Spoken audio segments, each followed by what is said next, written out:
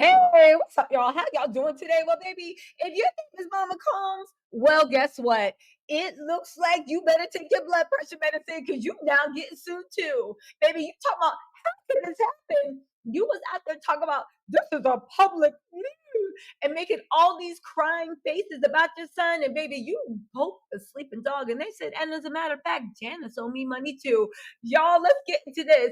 Janice Combs is being sued, but listen, we don't know if these allegations are true because listen, she gonna fight to the bitter end. Have y'all seen her platinum lace fronts? Literally plucked off literally cut off the heads of Russian princesses.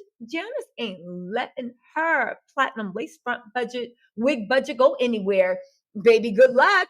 May the odds be in your favor. You know she gonna fight this tooth and nail. Mama Combs need money for her white fingernails and her IV infusions while she creepily kisses her son on the lips in what has to be the most loving family ever. They said ex-gangster to sue Diddy's mother amid allegations.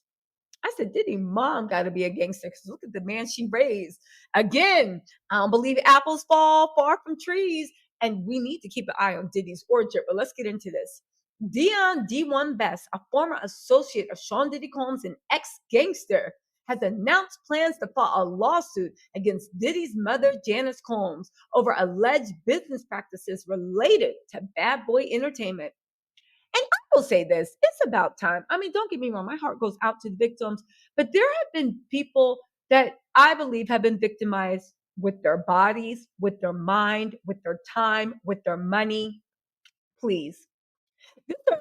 This revelation came during an exclusive appearance on Daily Mail's investigative podcast, The Trial of Diddy, where Dion discussed how his publishing rights and those of other artists were allegedly signed over to Janice Combs and what he describes as fraudulent business maneuvers. Now, let me say this.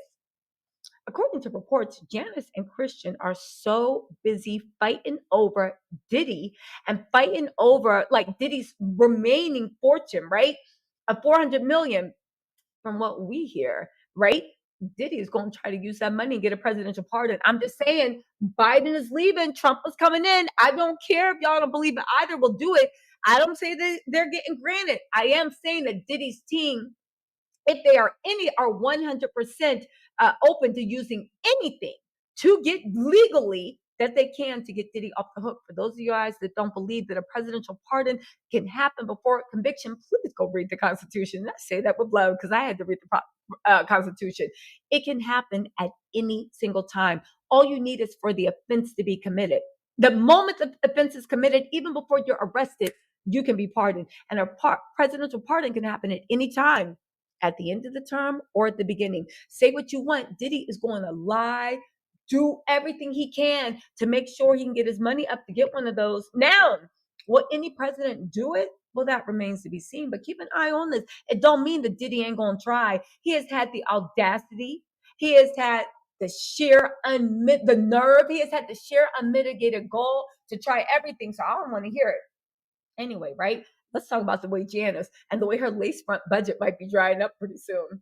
Because if they can prove that the copyright and all that stuff was under duress or by that could be millions, hundreds of millions right there. Let's get into this. Dion Best, now 56 and a youth sports coach who has turned away from his past life, claims Diddy used his mother's name to hide publishing rights and business dealings. According to Dion, his company, Finish Line Entertainment, brokered deals in the late 1990s for several albums under Bad Boy Entertainment, including Born Again by the Notorious Big, which reached platinum status. He claims that Diddy's method of structuring deals led to significant financial and emotional hardship for him and other artists involved. Now, here's the details. Oh, this is directly from the Music Essentials. This was written by Ashke Bonwat. Okay, so anyway, let's get into this. He stated his intention to pursue legal action against Janice, not Diddy, but Janice, and Diddy, highlighting how his publishing rights were allegedly assigned to her name. He explains, these actions cause financial hardship not only for me, but for other artists in the industry. I believe Janice Combs falls under the guidelines of the Racketeer Influence of Corrupt Organization Act. He is accusing of Janice Combs of being part of Diddy's RICO conspiracy, because even though Diddy was improperly assigning the copyright and money and all this stuff from artists to his mom, he's saying Diddy's mama knew everything. And let me tell you something. If it can be proven that Diddy's mama knew everything, what else did Diddy mama know? She got white fingernails. She was getting an IV. She was kissing her son on the mouth. Not that there's anything wrong with that, but y'all gotta see the video. At the end of the day, what else did you know about and you were cool with? What else did all the women in the industry know about, but they was cool with? Anyway, let's keep going. His accusations echo those of other artists who have spoken out about Diddy's business practices. Rapper Mason Betha, in the Bible 2020 outburst, also pointed out that Diddy's mother as being the a custodian of various deals, saying your mother's got the receipts, suggesting significant business dealings were funneled through her. Okay, now here's how he knows Diddy, right? He became friends with Diddy and Big in the late 1990s, often acting as a protector during their visits to Los Angeles. According to Best, his presence was especially valued when tensions ran high between Diddy and Suge Knight.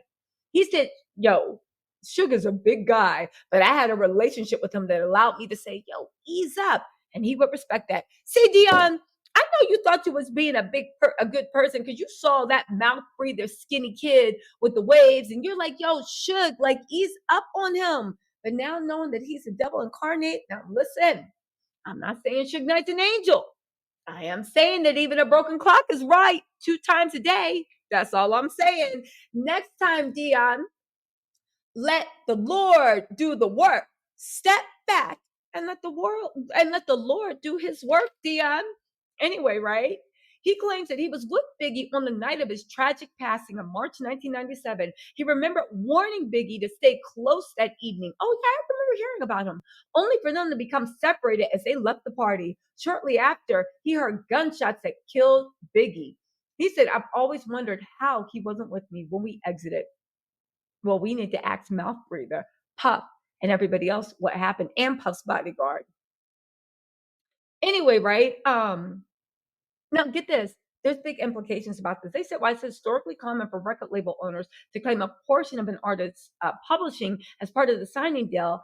Artists, um, sorry, are becoming more and more vocal about the financial implications of such arrangements. He suggests that Diddy use his mama's name to facilitate and obscure these deals, depriving artists of future earnings. An outcome of the planned lawsuit could have far-reaching consequences for Bad Boy Entertainment and the legacy of Diddy. Baby, if this is the only thing that Diddy's held accountable for, Diddy is going to be doing a prayer dance with the roaches and rats in his jail cell. Diddy wishes this was the best case scenario. Heavy on the whiz. As trial approaches, the music industry will closely watch these events unfold and what impact they may have on similar business practices. Now, why is this important? Well, one, for Janice Combs to help Diddy hide, that means that she had to be aware.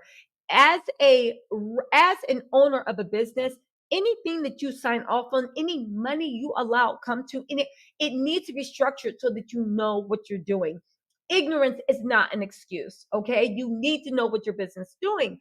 But more importantly, this is true. Everybody's worried about like, and we should be, about what's going on with like all the weird, freaky stuff in the record industry. But what about the way Diddy was taught by someone? I'm guessing Clive Davis or whatnot, an Arista, whatever records, to how to structure record deals. And the way Diddy structured record deals, but also hid royalties. Okay, now he could have taught himself, but everybody says he was taught by someone. To hide royalties is called into question, and this lawsuit is successful. That literally might jam up a lot of the record labels. Because I guarantee you one thing, Diddy might be smart at planning free calls, but he is not smart at hiding money from record labels. That's all I'm saying. That's all I'm saying. Anyway, y'all, let me know what you think in the comments. I'll try to go live later. Talk to you later. Bye.